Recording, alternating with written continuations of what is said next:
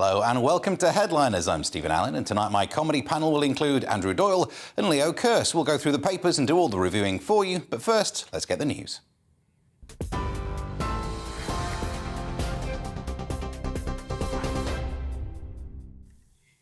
Good evening. The top stories tonight. Millions of households will receive a £400 discount off their energy bills as the Chancellor, Rishi Sunak, unveils a £15 billion support package to tackle the cost of living crisis. Other measures include a one-off payment of £650 for the lowest earners and a 25% temporary levy on oil and gas firms. Rishi Sunak says people should be reassured as well that benefits and pensions are likely to rise significantly higher than inflation next year.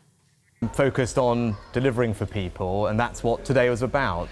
And the timing of today is because we now have more clarity about what's going to happen to energy bills in the autumn. We heard from Ofgem earlier this week about the potential scale of the increase, and that's why we took decisive action to provide £15 billion worth of support to help the country get through the challenging months ahead. 4 Conservative MPs say they no longer support the Prime Minister since the publication of Sue Gray's Partygate report. A total of 20 Tory MPs have so far publicly called for his resignation. Separately, Acting Police Commissioner Sir Stephen Howes has defended the Metropolitan Police's investigation of the Partygate scandal. Many of the photographs that we are seeing look bad, and Sue Gray's report has dealt with that. We deal with the law, not what looks bad.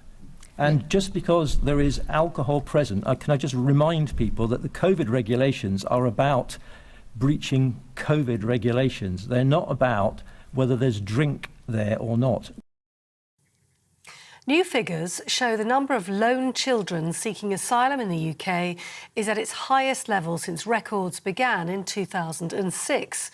More than 4,000 unaccompanied children travelled to the UK in the year to March. The overall number of asylum claims made have climbed to the highest level in almost 2 decades, with more than 55,000 applications in the same period. Meanwhile, the backlog of applications continues to soar, with over 100,000 yet to be processed. Now, news from the United States, and the gunman who killed 19 children and 2 teachers at a primary school in Texas was able to enter the building without being challenged. Police say they responded within minutes, but they shot 18-year-old Salvador Ramos, who barricaded himself in a classroom, a full hour later. The husband of one of the teachers has died of a heart attack 2 days after the incident. The couple leave behind 4 children. President Joe Biden and his wife will visit Uvalde on Sunday. And finally, Jamie Lee Curtis and Viola Davis are among the Hollywood stars paying tribute tonight to Goodfellas actor Ray Liotta following his death. The 67-year-old found fame in the film Something Wild, but is perhaps best known for starring in the 90s American blockbuster Goodfellas, a film directed by Martin Scorsese. The actor's publicist said he died peacefully in his sleep in the Dominican Republic, where he was working on his latest film. On TV, online and on your radio via DAB+. You're with GB News, and now it's time for Headliners.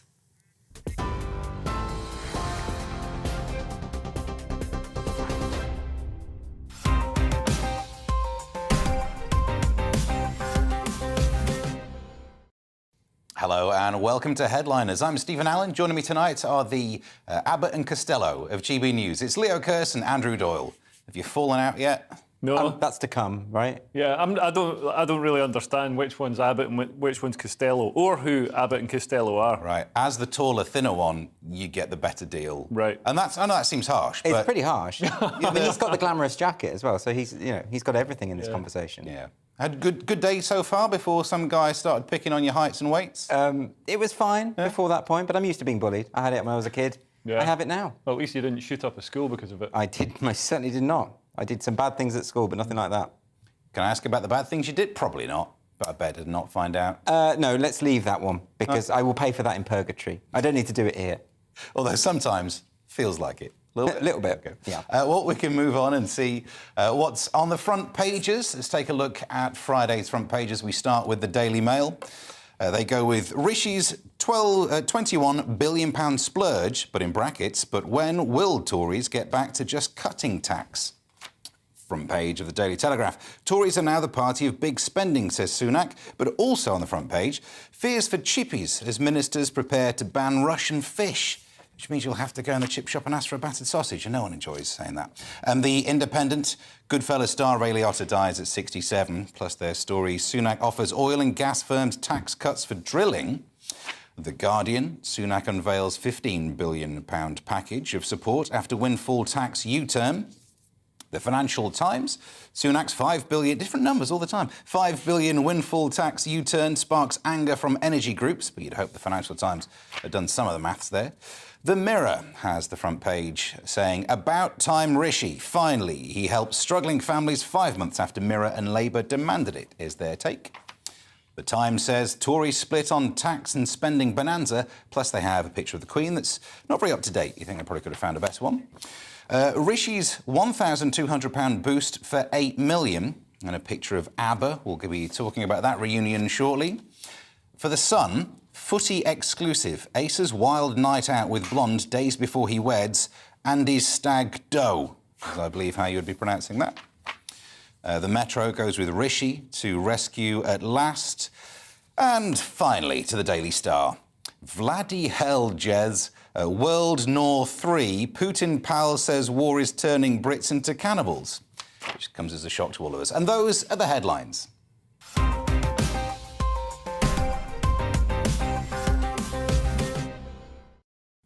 Let's start with Friday's Mail, Leo, and Rishi Sunak has unveiled his plans to address the cost of living crisis. That's right, yes. There's a bit of a U-turn from Rishi Sunak after the government saying for ages that they wouldn't put a windfall tax on big energy companies. They have decided to do just that. A 25% windfall tax, raising £5 billion, which is going to go towards a £15 billion cost of living bailout for struggling families. So I think everybody gets, we were going to get £200 per household. That's been doubled to £400, but then it's means tested. So if you're on benefits, you get more. If you're a pensioner, you get more. So some households will be getting up to £1,650, that's a lot of money. So, so a bit of largesse from the Conservatives, who are traditionally a sort of low-tax, low-spend government, but I think that's gone out the window in the last few years. And, and also there's he's tried to sort of soothe Tory fury by saying, he hasn't caved into Labour demands and offered red meat to socialists, so it's just going to be temporary, and there's going to be big tax breaks for energy companies that invest. Because, of course, that's why we're in this mess, because the energy companies haven't invested to develop oil fields in the North Sea or are fracking. And this is because of political pressure on them, because of green policy and all the rest of it. But now, hopefully, these energy companies are going to do that, and we're going to get our homegrown energy back on track. Is there a question about the timing? Can we go down the conspiracy theory hole of thinking, why did they not mention this before there was something they wanted to shift from the front pages? Well, I don't think that would be a conspiracy theory. That's just good political sense, isn't it? However, I don't buy this idea that they've nicked the idea of Labour. I know Labour were pushing for the windfall tax for quite a while, and Rishi's been accused of offering red meat to socialists, which doesn't make sense because socialists are vegan anyway. But, I think this is just a good idea. It's just a good idea that, obviously should be done. I mean, the kind of price hikes that we were talking about were going to be ruinous, absolutely ruinous for families across the country.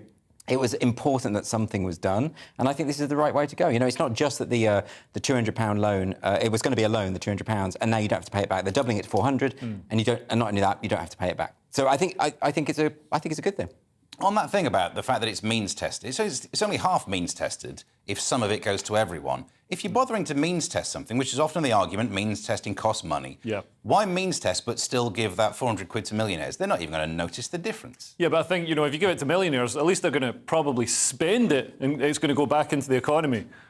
Maybe. No, I think that's wrong. Right. Because there's something in this article as well talking about how anyone with a second home will also benefit. And this means that actually Boris Johnson and Rishi Sunak will benefit from this. That they've said they're going to give their money to charity. But I think you're onto something. Yeah, let's means test it properly. Yeah. If you're a millionaire, you don't need the money. Yeah. I mean, it's not the worst feather in their nest that the government's done over the past few years with all the PPE contracts for billions and billions. Yeah, but that £800 they pocket from having two homes, that's the reason, that's why they were doing this all along.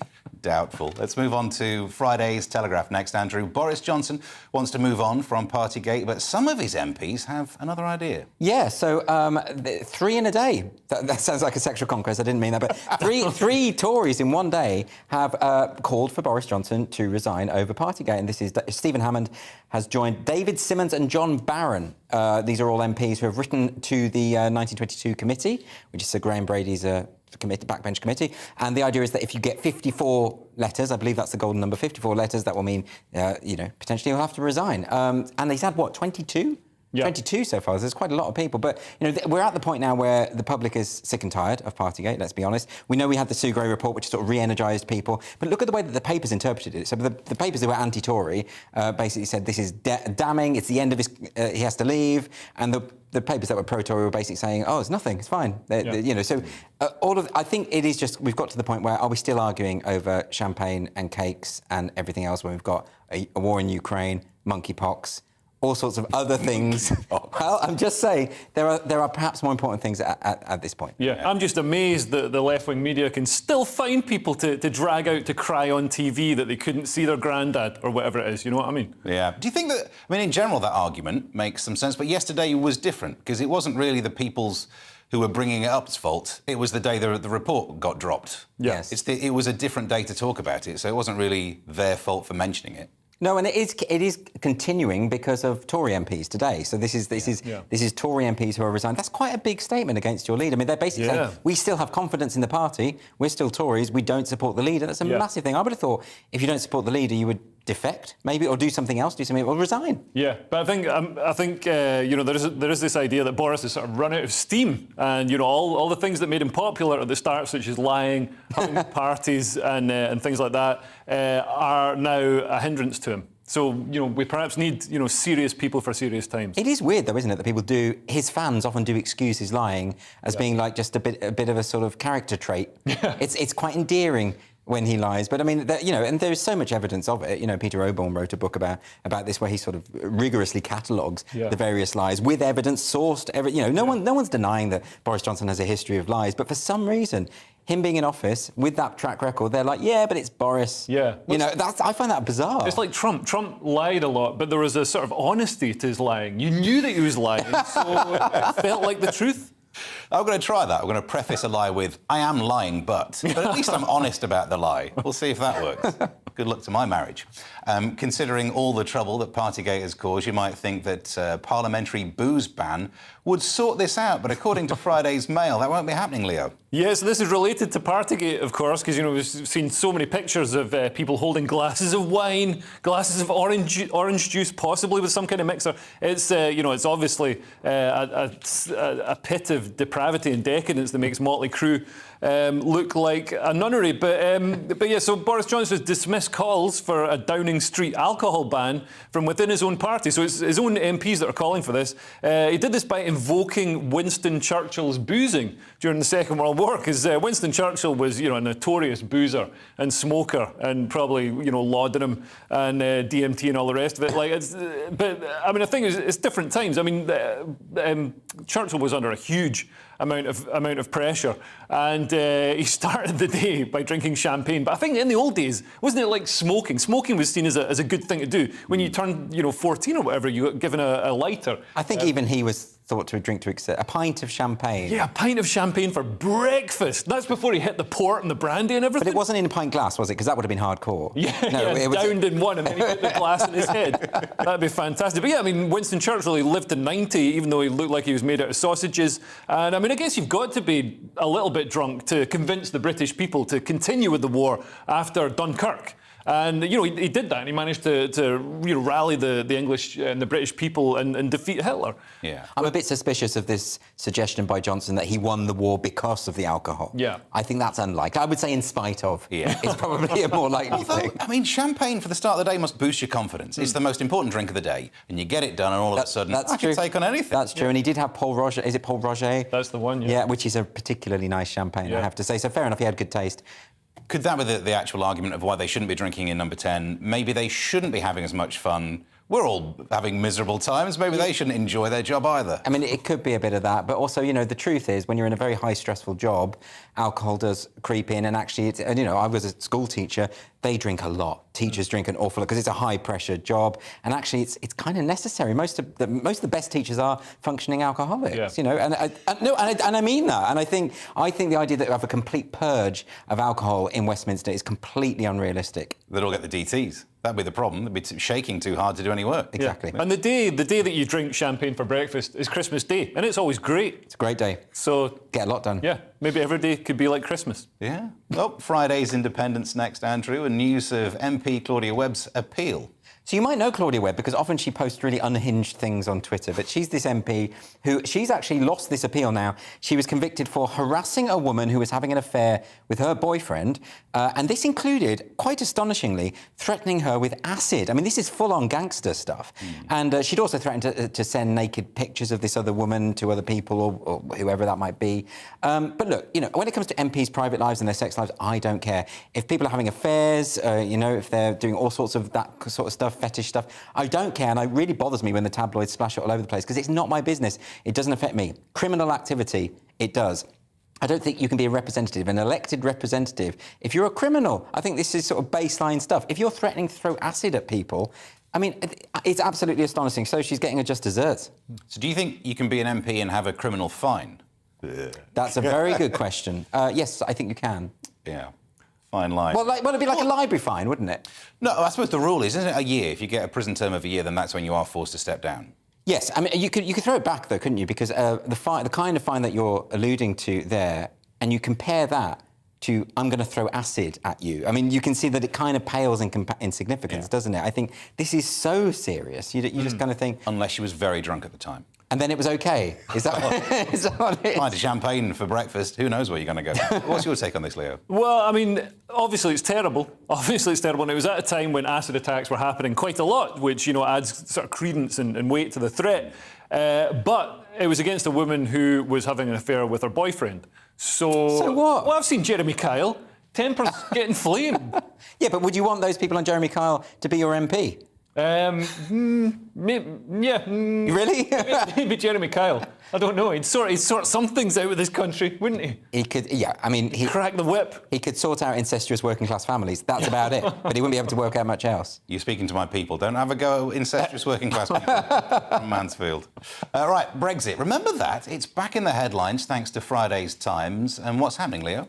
Yes, the rate of asylum seekers granted permission to stay in the UK is the highest in more than 30 years, and this is because of Brexit, according to the Home Office. So overall, asylum applications hit over 55,000 in the 12 months to March this year. That's the highest since 2003, and this is the rate's even higher for the most popular nationalities who claim asylum in the UK. So they grant 75% overall. 75% of asylum applications get granted now, but 98% of Syrians, 97% of Eritreans, 95% of Sudanese, 91% of Afghans. So, you know, virtually all of the people from those places who apply for asylum here.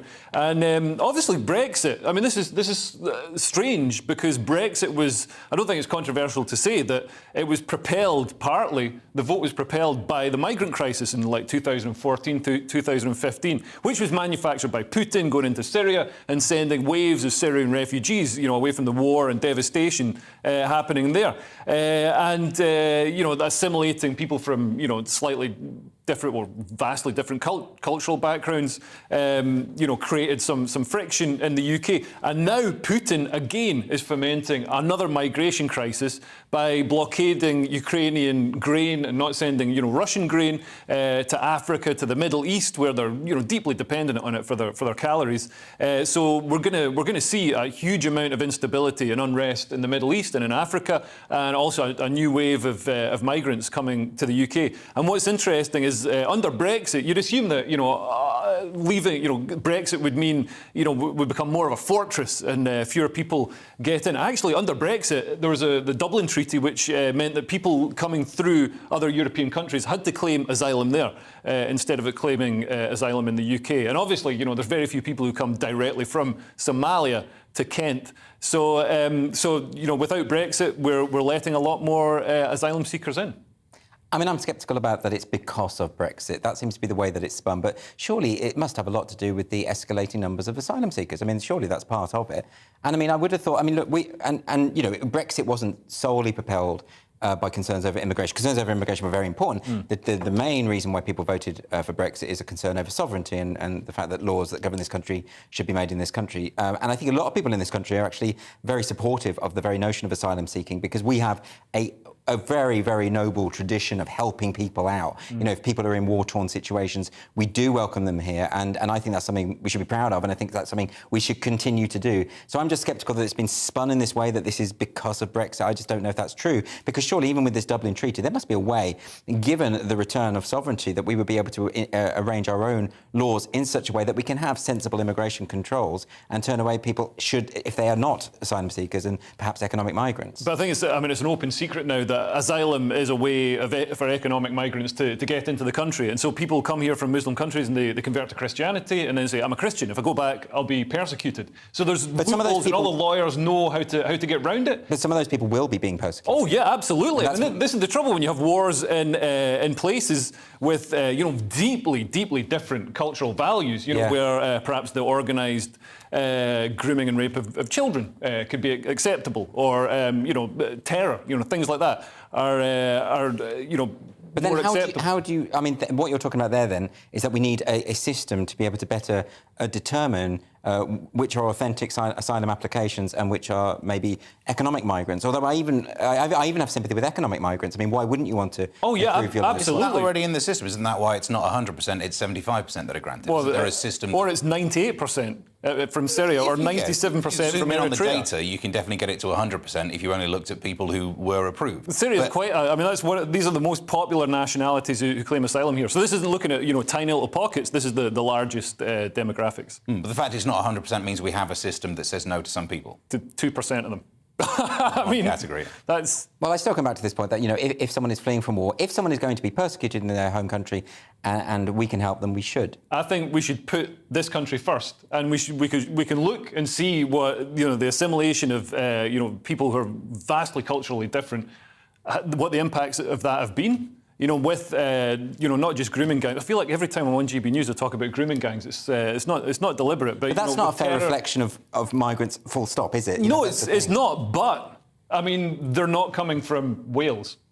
No, there are cultural differences you absolutely have to take into account, and there has to be ways to address that without being accused of racism and all the rest of it. These are important things that we have to do. So, it is a complicated, difficult issue. It's an issue I'm sure we will return to many times. Let's also look at, everyone's favourite social media network, Twitter, is in trouble. Oh, no, Andrew. We'll turn to the Guardian for this. You don't sound particularly authentically sad about why that. not spend loads of time on Twitter and realise that things get bad for you? Oh, dear. Well, Twitter have now been fined. It's $150 million, which is roughly £119 at the moment. £119 million by US authorities because they've been collecting users' email addresses and phone numbers, and but that's not the problem. We all know that they were doing that anyway, but they were collecting it for security reasons and then using that to effectively sell more data to advertisers, right? So they weren't passing on your phone number, but advertisers were able to match whether the phone numbers that they had on file were the same as the ones that you've submitted to Twitter, and that makes their advertising campaigns easier to target. So it is exploitative, it is illegal, and I don't know why anyone is surprised. This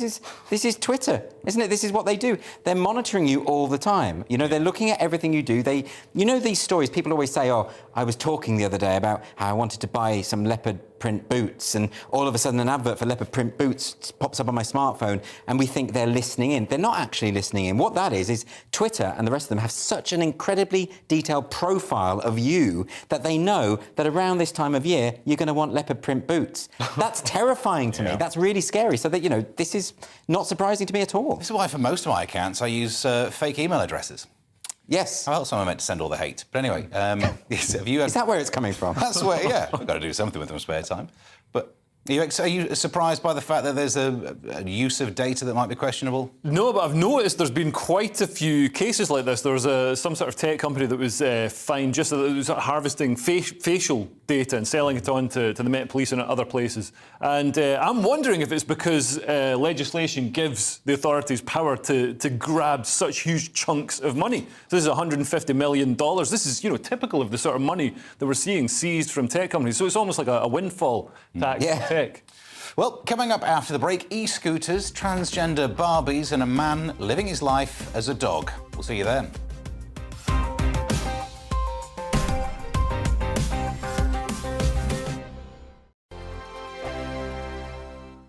We are GB News. We're right across this great nation. On TV, on radio, on digital. Absolutely everywhere. We don't talk down to you. We embrace all voices. With honest and civilised conversation. We're not part of the establishment. We're one of you. And we're only getting started. Join us on GB News, the People's Channel. Britain's news channel. Every morning from 6 o'clock, we'll wake you up with GB News Breakfast with all the stories you didn't know from the night before. So whether it's serious news, entertainment, or your own news from all over our great nation, we're here to kick off your day with a smile. The national media should be reflecting and reporting what's happening here. You will notice the northwestern accents. Whether you're with us on TV, radio, or online, every morning, it's breakfast from 6 a.m. Hope you can join us.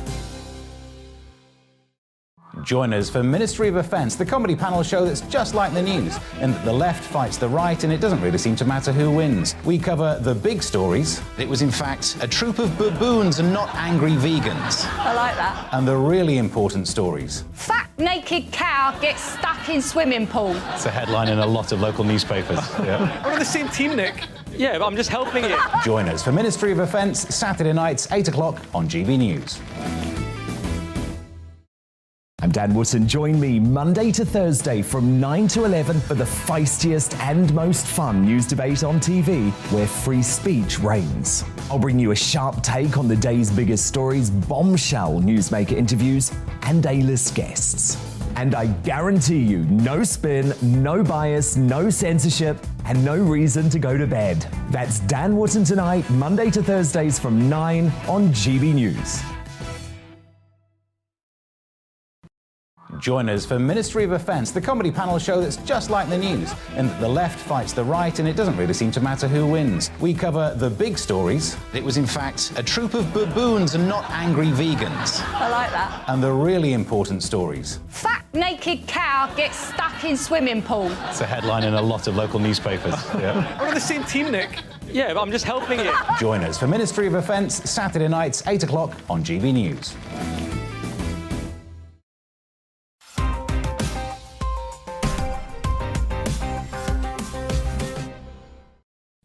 Welcome back to Headliners. I'm Stephen Allen. Tonight I'm joined with Leo Curson, Andrew Doyle. I was thinking of comparing you to GB News' version of Stop It and Tidy Up.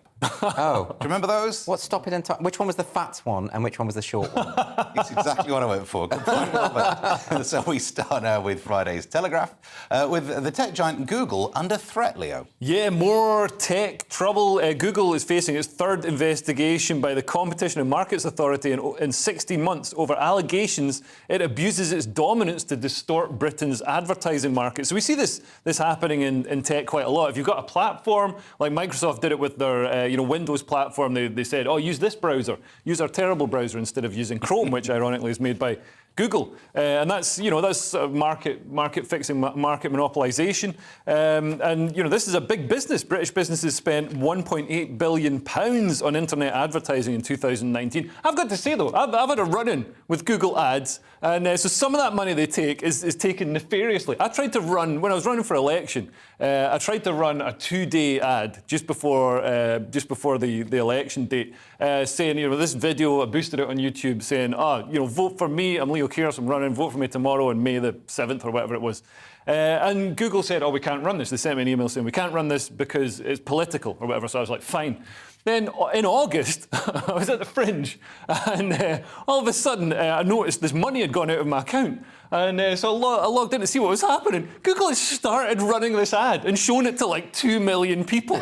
So they'd seen this ad in August telling them to vote for me on May the 7th. So it was completely unwanted. And Google had told me they weren't going to run the ad. And I tried bringing this up with them. Number one, you can't get through to anybody. The whole place is a faceless robot. Number two, I brought it up with my credit card company because they charged me through my credit card. And my credit card company took their side because they said there was some sort of contract or something, which I don't remember signing. And I got that email, which surely nullifies the contract. So anyway, Google, you deserve all you get. I hope they take you for, I hope the competition and market people take you for every penny you got, because you got that money, like, nefariously stealing it out of my back pocket. Leo, I reckon that's why you didn't win. Yeah.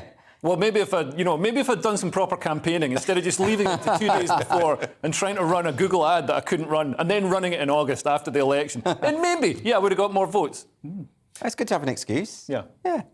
Yeah, let's move on to e-scooters featuring in Friday's Times, Andrew, and unfortunately, not for positive reasons. No, it's not. The Department for Transport are claiming that the number of pedestrians that are injured after being hit by e-scooters was nearly 4 times higher in 2021 than the previous year. So this is it's quadrupled. This is mad. A total of 223 people travelling on foot wounded by the contraptions in Britain last year. 63 seriously hurt. These things are death traps. There's loads of illegal ones as well. There's loads of people who are riding them illegally. It's apparently up to 750,000 are illegal, and they're being and they go everywhere. And they're terrifying things, and they're really bad for elderly people or people who don't see these things coming. They're bound to cause accidents. I don't understand why. It's a very antisocial form of behaviour. What's the difference between a legal one and an illegal one? Well, if you're riding an illegal one, you're probably a more reckless person, right, and more likely to collide with people. But do you need to get a licence? Is it like a moped? Or? Well, I've never looked into this because I wouldn't touch one of these abominations. Right. But the only legal ones are either on private land, but no, that's not going to show up on these stats. But there are certain areas. I think Birmingham's one of them. I think Cambridge might be one where they are testing to see what happens if people can use e-scooters. But they go on the road as well, right? Not sure if you're meant to. No, but I've seen them do it. They definitely do, and these people are pirates. Yeah. It's outrageous. I mean, as much as I don't like e-scooters, I also look at this story and think it's the least shocking stats I've ever seen. Like, you compare it to previous years when there were fewer e-scooters, there are now more accidents. Plus, the year they're comparing it to had a big old chunk of lockdown in it. So, there is that? Yeah. Yeah. But this surely can't be the future. I don't know if it is the future. They have to make noise because they're silent. Yeah. So if you ride one, you should have to be... so dangerous. But can't they just use cycle lanes? Because then it's basically a bicycle. Because a cycle makes no noise, apart from, this faint whir of smugness. And... So but then they'll collide with bikes and stuff. That's the perfect system. Yeah, because actually they should be punished, shouldn't they, cyclists? Because they're annoying as well. I cycle, and in my defence, I make a lot of noise, but it's mainly panting. So I don't do it particularly well, and that bike's quite heavy. But, I mean, it makes sense. It's a two-wheeled machine. Then why should they not be in the bit that has the two-wheeled machine? Yeah. I'm with you on that. Yeah. Staying with the Times, and Wimbledon Lawn Tennis Club is sometimes seen as old-fashioned as an institution, but it looks to be entering the modern age, so I presume you don't like that, Leo. Well, Wimbledon, I'm quite ambivalent to this, is replacing its honours boards before next month's championships to remove the titles Miss and Mrs. in front of the names of female winners to replicate the men's boards. Not that the men's boards have had Miss and Mrs. on them, but yeah, basically they're trying to sort of slightly modernise the sport. And finally, if this comes the week that John McEnroe, former Wimbledon champion, was calling for the sport to just do away with gender division. Then you don't need to have any furore around transgender contestants, and also because he'd been criticised for saying somebody ranked 600 could beat Serena Williams. The greatest female tennis players of all time could be beaten by relatively mediocre male athletes. So he was called out for that, and he said, well, look, it's true, and if you don't believe me, let's do away with gender roles. So maybe he's got a point. Well, I'm not particularly... I'm with you on that. I think they're just bringing things up to date, aren't they? They never put Mr. next to the men. What are they going to put next to Boris Becker? Just a number, like a prison number. That'd be great. 24601 or whatever it is. Yeah. And then I would say, I worked at a private school where when there were official invitations to parents, it would be Mr. and Mrs. Bertie Sheen and the woman was subsumed into the man's name, and that's a very old-fashioned thing to do. And they got rid of that while I was there, and everyone was like, "Yeah, of course." You know, we're in the 21st century now. Mr. and Mrs. It does seem irrelevant, the marital status of an athlete. I don't think that matters, does it? Yeah. Unless you really crunch the numbers and find out that the unmarried ones really do score better. You know, you could delve into the data, but unless that's happened, you're right. It's not relevant. Yeah. Well, let's move on to Friday's Telegraph next, Andrew. Barbie dolls are another big name who are adapting to the modern world. Yes, so Mattel is the owners of these dolls, the company that makes the dolls, and they've created one based on Laverne Cox, who is the transgender actor who was in Orange is the New Black. I believe Laverne Cox was in the remake of the Rocky Horror Picture Show, which I can't bear to watch because I think the original is definitive. And I mean that seriously. But yeah, they've launched this. It's a transgender Barbie doll, and they say this is the first thing. They've done this to highlight the importance of acceptance at every age. I don't know if they've done dolls of celebrities before or modelled on celebrities before. This seems quite unprecedented, but they have done this kind of thing before, because in 2019 Mattel launched a range of gender-neutral Barbies, and you could change the haircuts and the clothes and all the rest of it. And they said at the time, and I wrote this quote down, they said, kids don't want their toys dictated by gender norms. Kids don't know what gender norms are. That sounds like an adult saying what the kids don't want. And again and again with these kind of issues, a lot of the time it's adults imposing their own obsessions on kids. Kids will play with any toy. It doesn't matter. It doesn't matter whether it looks like Laverne Cox, whether it's transgender, whether it's non-binary. They don't care. It's a toy. And also, what's the difference between transgender Barbie and cisgender Barbie? There isn't one. I'm pretty sure if you lift the skirt, it's just like a smooth. Oh yeah. There's nothing there. There's no anatomically correct genitalia. That's the point. This is a gesture that they're making. So they're deciding what the pronouns and what the gender of these dolls are. They're forcing it on these dolls. And that's wrong, actually, because part of the joy of playing with dolls as a kid is you get to decide what they're called. You get to decide everything about their identity. And I know, because I had dolls, and I'm not ashamed of it. I had dolls, all right? Don't you look at me, you alpha male, you judgmental alpha male. Not having it. Ones with guns and that, right? Well, no, badminton rackets. But, you know. What kind of age were you when you had these dolls? 5 or 6. All right, I was thinking like 3 weeks ago. And there was a valve involved to blow them up. But I think the hijacking of kids' toys for middle-class adult obsessions is just a bit weird. I don't care particularly. It's not a problem, but it's a bit weird. And bringing complicated adult issues into something that's aimed at 5-year-olds is, you know, I think just when they're old enough. I would say I have more issue with the books that try to educate 4-year-olds about gender identity ideology, which is the same as giving them a sort of a fundamentalist religious text. Yeah. I think that's weird, and I would have a slight problem with that. But I don't care about this. I had the Action Man where you could move the eyes, Eagle Eye Action Man, and terrifying. I had the He-Man stuff, Fisto. I had. I'm not making that up. There's a character called Fisto, and you could pull his arm back, and I won't do the action. But it's real. And yet everything suddenly fits in place. Friday's Mail next, Leo, and I'm concerned that the press might hound this next guy. I hope his bark isn't worse than his bite. So far, you've got no relevance as to why these are puns. Tell us more. It's because it's a guy who likes to dress up as a dog. Yay. He's a Japanese man. He says he's fulfilled his lifelong ambition of becoming a 4-legged animal after spending 2 million yen, that's 12.5 grand, on a dog costume. I don't know, maybe get a better ambition than wanting to be a border collie. Like you could cure cancer, you could get a vaccine that doesn't cause myocarditis. Is that him? That's him. That's him. It does. It looks quite real. I mean, you can tell the difference. I'm not a biologist, but even I can tell the difference there. Bet the other dogs can tell when they go for, you know... yeah. But some have praised the lifelike outfit as awesome, because this is obviously blown up on Twitter. Oh, here he is reenacting Bob Dylan's iconic video. Some people on social media have said it looks unnatural. I don't know what's unnatural about that. A dog waving with one viewer commenting, no matter how much money you spent, you won't be a real dog, which is pretty cruel and also quite trans-dog phobic. Trans-species, yeah, trans-species phobic. Well, there's nothing new about this. I mean, people have often sort of emulated animals and wanted to be animals. Who is that? Was it Jocelyn Wildenstein who had plastic surgery to make herself look like a cat or a leopard? Yeah. Was it Wildenstein? I think it was. Yeah. You know, people. This is not a new thing. I think people should be allowed to dress and however they want and do whatever they want to their own bodies. And if he wants to dress as a dog, good luck to him. At least it's a particularly fine costume. He's making the effort. Yeah. You know, a lot of people don't make the effort when they go through these procedures, but that's real effort there. They chose a long hair dog because it would be easier to hide the sort of human figure. Is that right? Is that right? So if you tried to be a pug or something like that, a whippet, short-haired terrier. Oh yeah, whippet. You know how could you transition to a whippet? It'd be very difficult. It would. You should definitely be allowed to do it. You just shouldn't be allowed on the couch. I'm glad we're all coming up, ABBA are back, and we can't give you a man after midnight, but we can give you Leo and Andrew discussing robot crabs and beer made from urine.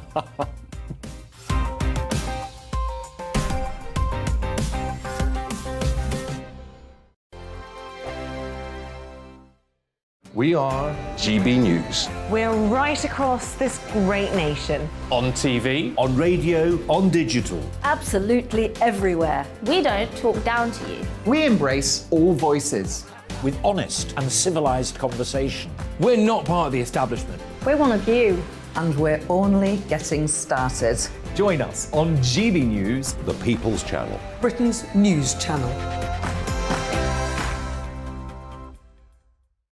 Every morning from 6 o'clock, we'll wake you up with GB News Breakfast with all the stories you didn't know from the night before. So whether it's serious news, entertainment, or your own views from all over our great nation, we're here to kick off your day with a smile. The national media should be reflecting and reporting what's happening here. You will notice the northwestern accents. Whether you're with us on TV, radio, or online, every morning, it's breakfast from 6 a.m. Hope you can join us.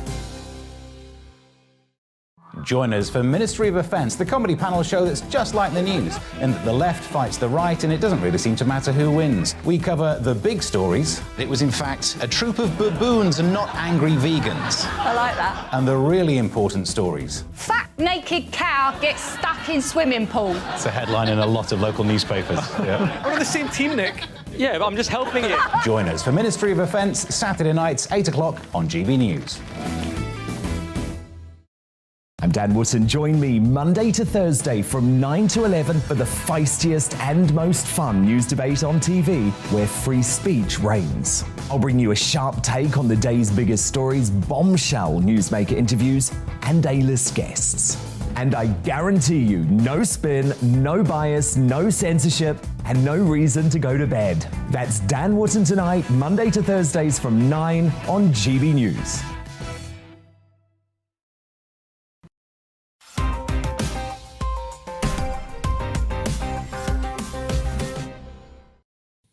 Welcome back to Headliners. Time for the final part, and I'm joined by GB News' answer to Alan Bennett and Thora Hurd. It's Leo Curson, Andrew Doyle. I don't know which one will be which. Thora. You're claiming Thora? Yeah. Good work. We kick off this final part with Friday's Times, Andrew, and this company taking working from home a bit too far. This is a company called Zopa. I hope I'm pronouncing that right. Zopa. Or Zopa? No, Zopa. So this was apparently founded in 2005. They've identified all these countries, 13 countries in all around the world, where they're allowing their employees to base themselves so that they don't face onerous taxation, okay? This is a company that was a peer-to-peer lender, I don't know what that is, and then converted into a bank. So anyway, whatever it is, it's a big company that's basically saying, since the pandemic, we've worked out that actually we don't need you to come in to the offices and we can have employees anywhere in the world, and it can be much cheaper for you to live in these various tax havens. I don't know if they're havens quite, but they're places where the taxation wouldn't be as bad. And everyone sort of anticipated this was coming, I think, because when we got so used to people working from home, you realise that most stuff can be done from home, most stuff can be done over Zoom, and then the risk of that, of course, is that you could hire employees from countries, pay them a lot less to do the same stuff. And, you know, and this maybe is the first step towards that kind of thing. I don't know. But I think that would be great for the British economy. It would be, instead of, bringing people to the country to do the work, which, then, not that man, I know I sound like I'm anti-immigration. I'm not, I think it's fantastic, but limited. But instead of bringing people to the country to do the work, people can do it and stay where they are, and then they get to benefit from, if they're in India or whatever, they benefit from, a better quality of life with the money they make. And there's something to be said about not having everyone in the highest taxation areas or the highest living costs. In places like London, it would be why not have? It'd be great if we could do this and live somewhere really cheap, but we can't. What surprised me about this is so data flowing across country boundaries, flowing out of the EU. There's often restrictions on that. So if you're a law firm, you can't have data leaving the EU or leaving certain areas. So yeah, I'm surprised that they identified such different countries that are clearly in different jurisdictions, that they can have their financial data flowing over there and flowing back. Because that would breach EU regulations, I'd have thought. If they were a peer-to-peer company, they can probably do it via BitTorrent or get LimeWire working again. They're probably dropping the files that way. But I think now that they're a bank, they're subject to banking regulations. And even as peer-to-peer, it's regulated. Am I the only one who doesn't know what peer-to-peer means? So it's basically you can sort of ring-fence. You can either lend directly to someone else. So say if somebody wants to start a business, selling ice cream, you can lend them the money. They'll specify what interest rate you'll get, what return you'll get on the money, the level of risk. Or you can put your money into pots. So, they say you'll get 20% a year back from this, but it's high risk and it goes into this kind of... They give you the pot? No, it's not an actual pot. It's not an actual pot. To be honest, you're just confusing me more, if I'm honest. It's a virtual pot. OK. Yeah. I think we'll move on. Also in the Times, Leo, a pensioner playing hide-and-seek with German police. Yeah, this one's a bit simpler. So a 75-year-old man went into a hospital in Germany he was fitted with a neck brace for a spinal injury, and he disappeared on the Tuesday evening, triggering a search by police and hospital staff. And he appears to have become lost in the building somehow and climbed a ladder into the supply shaft 10 metres up and got stuck between floors, like in Being John Malkovich. And then, while they were searching for him, they even checked his home and launched a search across the city, searched a river. So, it was a pretty full-on thing until he fell through the ceiling. It's hardly the Great Escape, is it? 12 hours on, he fell through. Didn't land on somebody who was having cardiac surgery. Well, that's something, isn't it? Yeah. Did we find out why he did any of this? He got lost. How lost do you have to get to end up between floors in a ceiling? I don't know. No. Good, and let's hope we never find out. I mean, trying to find the gym in this place is... Let's move into the Metro next, Andrew. Normally, it's negative when you say that you've got crabs, but not on this occasion. Exactly. These are tiny robot crabs, smaller than a flea. And according to this article, they're saying that these tiny robot crabs could be used for medical treatment. They could go inside you and solve your problems, clean out your arteries, attack tumours, all this sort of stuff. I mean, I've spent my life trying to avoid crabs. I don't want this particularly. And I've seen that film Inner Space, where Dennis Quaid gets shrunk down and he's in a little machine around. I find this terrifying, the idea that like, tiny, tiny robots that can go inside you and do whatever they want. What about when they learn to think? What about when they learn to reason for themselves and they think they can mess about with your pancreas? They can do what they want to you, and they will, because I've seen those films too. I've seen the Terminator films. I know how this ends. Just stop making the things that will kill us. I don't want to die because of tiny robot crabs. But there's a pot, so I'm sure that will save it. Oh, OK. Fair enough. This is the future, though, isn't it, Leo? Look, let's move away from someone who shudders at the idea of technology. No, bring back leeches. That worked for various medical treatments. We don't need this stuff. Or worms. Gastrointestinal worms. Oh, they still use that? Well, they release chemicals that modulate your body's immune response and then do away with asthma and arthritis and things. But anyway, yeah, I think this is kind of good. It's mostly good. These are robots that can go inside your body and do the dirty work for you. If you've got like dirty arteries, they can clean out your arteries. They might get hacked by Russia. That's a dangerous thing. Is this not terrifying? But the real danger is now that they can make these tiny things. What's going to happen when they get used for warfare, which is that's the it. next. When I read this thing, chuck them in a field. Yeah, and they're going to go inside people's heads. And, I read about these drones. They could create drones that are the size of tiny little insects that can kill you. Yeah. They just fly right through you. And so we are asking for trouble. Let's just go back to the old life where we just have wooden carts and barrels. And we die aged 34. Yeah, but we die happy, not mutilated by robot crabs. Ah, the good old days. Splendid. You might think this next story from The Independent is taking the pee, and you would be right, Leo. Yeah, so this is because of climate change, there's a lack of water in a lot of parts of the world, including Singapore in Southeast Asia. So beer uses a lot of water. In fact, it's 90% H2O or more if you're drinking Carling. So to get around the water crisis, they're going to use sewage as their source of water for the beer. So they say the sewage is somehow treated to become ultra clean. I don't know, ultra before it doesn't make it sound cleaner to me. That raises more questions than it answers. and they use it to create a tropical blonde ale. I don't know. I mean, I think they already do this in the UK. It's called Brewdog Punk IPA. Actually, I don't know why. I remember when they just made lager and it tasted nice because it tasted like lager, and now they've got to make it and it does taste like urine, like somebody's urinated into a pot of flowers. Most beer tastes like urine as far as I'm more of a Chablis kind of individual, but like this kind Champagne in the morning. Champagne in the morning, Chablis in the evening, that's me done. But I mean, it is... I get it. Like recycling wastewater is probably good for the environment. But it's like so many of these things that are good for the environment. They say that in the future we'll be eating insects because that's the way to help. But I'm still not going to do it. Yeah. Like, it's still gross. Some of them could be drones. So I hadn't thought of that. Chip a tooth on a drone. In the old days, wasn't it a case that people drank beer because the fermentation process cleaned the water? You had a choice between dirty water and drinking beer. Yes, that was the excuse anyway. Yeah, but this is the same. So even if ultra clean isn't quite as ultra and clean as ultra clean sounds, it's been brewed, it's been fermented. No, but could you do it psychologically? Could you really? Because you know you're drinking urine. And the fact that when you get that beer moustache afterwards, wiping that off, that'd feel wrong, wouldn't it? Friday's Mirror next. Mamma mia, here they go again, Andrew. Knowing me, knowing you, you'll have something to say about this. Yeah, an ABBA story. So I love that you've given this story to the gay man. All right, I know what you're doing. So ABBA are reuniting in the UK for the first time in 40 years. They're apparently very emotional about this, and this is this this concert, which is created by avatars, which they're calling avatars, and we know it's computer-generated versions of Benny, Bjorn, Agneta, and Anna Fried.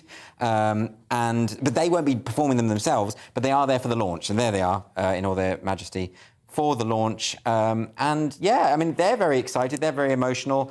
Well, they're also very lazy because they're not going to have to do any of the shows. They've just got these robots to do it. Again, with the robots, it's always technology. I would pay money to see ABBA perform. I'm not going to pay money to see avatars or holograms of ABBA. What's the point of that? The fun of seeing a classic band, 50 years after they had their first #1, is the fact that you can see them grunting and straining to hold their instruments, and obviously having a terrible time because they're not getting to hang out with groupies and do lots of drugs. But they need the money now. That's the thing. Yeah, but they need the money. But who wants to go and see a hologram? I can stay at home and look at holograms on TV. In front of your credit card, just sitting there staring at that for a while. Yeah, and play the songs in the CD player. This is just the ultimate work from home, isn't it? It is. A few people have done it. Like there was a Whitney Houston hologram show, wasn't there? Good reason. She is dead. Yeah. Oh, she is dead, and that does make it harder to perform at that point. But I think they've hit this quite sensibly at a good time because they're sort of the first to do it this way, and of course it will sell out, won't it? It'll be absolutely, yeah. I mean, ABBA are absolutely huge, and holograms. I don't know. It's like the difference between getting an autograph from the actual person and getting an autograph from someone else who's been told to give you an autograph. Well, to me, it's like those non-fungible tokens and people buying Bitcoin, which isn't real money. It's like that. People like stuff that isn't real now. No, non-fungible tokens. That market's completely collapsed. Oh, has it? People, yeah. Oh, yeah, that's right. OK, well, maybe the ABBA market will collapse as well, but I don't think it will because they've got great tunes, but I think people will just enjoy the experience of lots of ABBA fans in the same place. They'll go wild. Sounds great.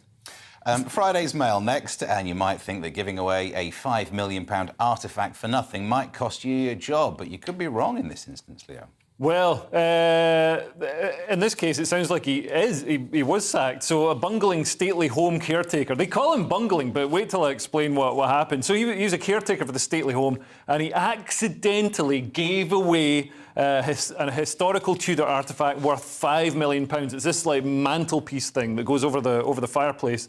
And the way he says it is like, oh, it was going to get thrown out. It was put on this pile. It's all full of dry rot and worms. So they put it on this pile to be burnt. And then I said, can I grab it off there? And then this is what he says. He said, can I have that? He didn't do anything with it for about a year, and then decided he was going to cut it up to make headboards from it for his 3 kids because he wanted them to have worms in their head. And just as he was about to cut it up in front of his garage, a gentleman walked past and said, what are you doing? This man was an expert in Elizabethan history and told him it could be worth a lot. I mean, he might have been wearing a monocle and a top hat. We don't know, because this guy totally made it up. And so then he says, we tried to sell it and even had an offer for £1.9 million, but the police and the council came and told us to stop. And also there were social media posts that were shown to the tribunal with one person referring to dodgy dealings at the hall and being informed by very reliable reliable sources that most of the interior and exterior fittings, such as fireplaces, balustrades and fountains, are being offered for sale. So it looks like there's some sort of scam going on. This guy is very much the Paul Burrell of stately home caretaking. I'm detecting a note of scepticism in your voice, and I'd just like to say we haven't heard his side of the story. So for now, I'm going with bungling. Yeah, obviously this is all alleged. Alleged. This is just what I'm going based on that. So if you do manage to sell all the stuff you accidentally took from this stately home for millions of pounds, don't use that money to sue me, please. He would have got away with it if it weren't for those meddling kids.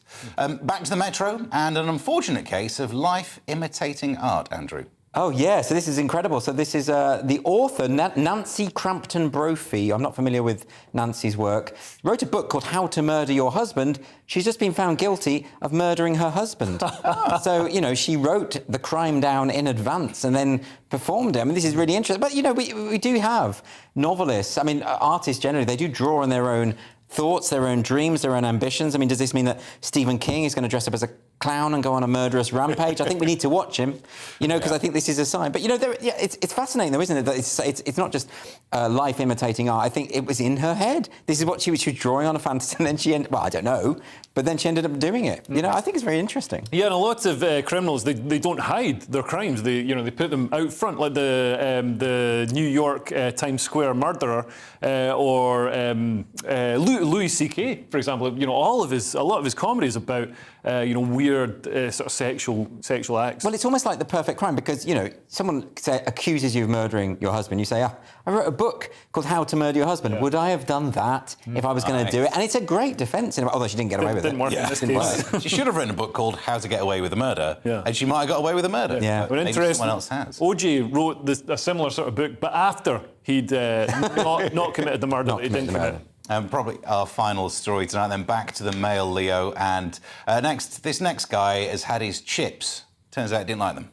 Yeah, this is a story that strikes deep into my fears, my primal fears. So he went to a pub and had the police called on him because he ordered some chips. They're supposed to be Chipotle beef chili top chips at the Brewers Fayre owned The Drove in New Haven in East Sussex. So this guy's 22 years old, shelled out £5.79 on these chips, which is a lot for chips with some, sauce and stuff on top. And it was meant to include a portion of chips topped with beef chili, gooey cheese sauce, sour cream and spring onions. But the father of one claims that what he received was a monstrosity with just one topping, a dollop of beef chili that made the chips look like someone had pooped on them. He was also served cocktails with mouldy fruit in them, according to him. So he was out for his sister's birthday at the time. I mean, it's not much of a birthday meal, some chips with chili on top of them. He says he was initially offered a full refund on his meal, but the offer was pulled by management, and then there's words exchanged and the police were called. Yeah, I think if you have to call the police, that's a bad night, isn't it? But also, the management did say he could have his money back. The customer is always right. This sounds to me like bad customer service, to be honest. Yeah, and apparently there's a picture in the paper that you can check. Well, on that lovely mental image of what he was eating. That's all we've got time for tonight. Thank you to my guests, Andrew Doyle and Leo Kirst. Headliners back tomorrow when Andrew will be sitting in this chair doing the hosting. Till then, have yourself a good one.